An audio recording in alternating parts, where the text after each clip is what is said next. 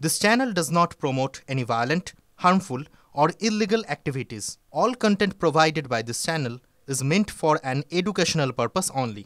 Top quality और consistent performance के लिए सिर्फ सिल्वर पंप नाम याद रखना। গ্রামে পৌঁছায়নি নলবাহিত পানীয় জল, একমাত্র নলকূপের জল পানির অযোগ্য। অগত্যা পানীয় জলের চাহিদা মেটাতে গ্রামের মানুষের সম্বল নদী। নদীর ধারে ছোট ছোট গর্তে জমা জলই পান করতে হয় গ্রামবাসীদের। এই ছবি আফ্রিকার কোনো এক গ্রামের নয়, এই ছবি বাঁকুড়া জেলার আমডাঙ্গা গ্রামের। কিসের জল নিচ্ছেন? বালিচুয়া। মানে কি কাজে লাগবে জলটা? তো রান্না হয়, খাওয়া হয়। তো এমনি টিউবওয়েল নেই? টিউবওয়েল আছে, হলো ওটা আমাদের লাল লাল বেরিয়ে, ওর জন্য আমরা ওটা নিই নাই। তো এই জল খেলে শরীর খারাপ হয়নি? না, এই তো এক মাথা থেকে এক গোড়া থেকে আমরা এই জলেই খাচ্ছি।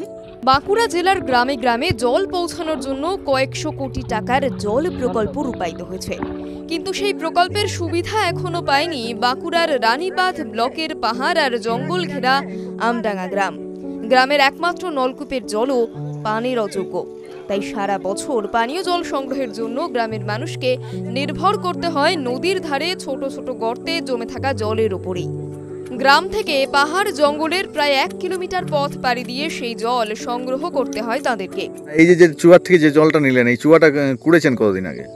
এটা বলছি যে জানলে আমরা বসবাস করেছি তাদের নিলে আমরা এই কুয়ার জল খাচ্ছি। মানে এই যে দেখছো চুয়াগুলো, এখানে একটা ওইখানে একটা, যদি শেষ হয়ে তখন আর ওইটা করে ওইটা দেখছো না, কুয়াগুলো গোটাই বোনানো আছে। ও মানে পরপর চুয়া কুড়তেই থাকেন? হ্যাঁ, করতেই থাকে।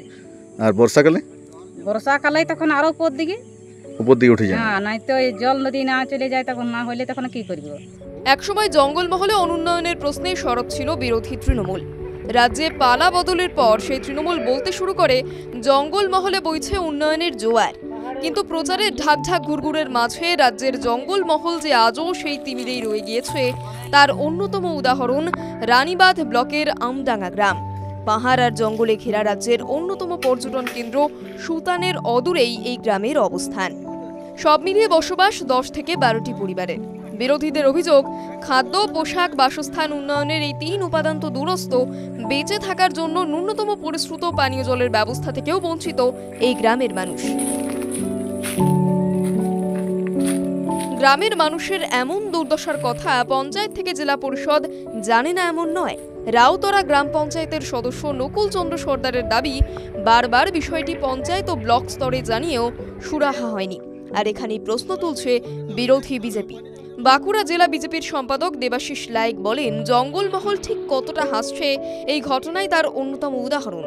পানীয় জলের সমস্যা নিয়ে তৃণমূল পরিচালিত বাঁকুড়া জেলা পরিষদের কর্মাধ্যক্ষ চিত্ত মাহাতোর সাফাই, ওই গ্রামে পানীয় জলের সংকট নেই, তবে নলকূপের জল রান্নার অনুপযুক্ত হওয়ায় রান্নার জন্য নদী থেকে গ্রামবাসীরা জল সংগ্রহ করেন। খুব শীঘ্রই গ্রামের নলবাহিত পানীয় জল পৌঁছে যাবে বলেও তার আশ্বাস। TV9 Bangla digital.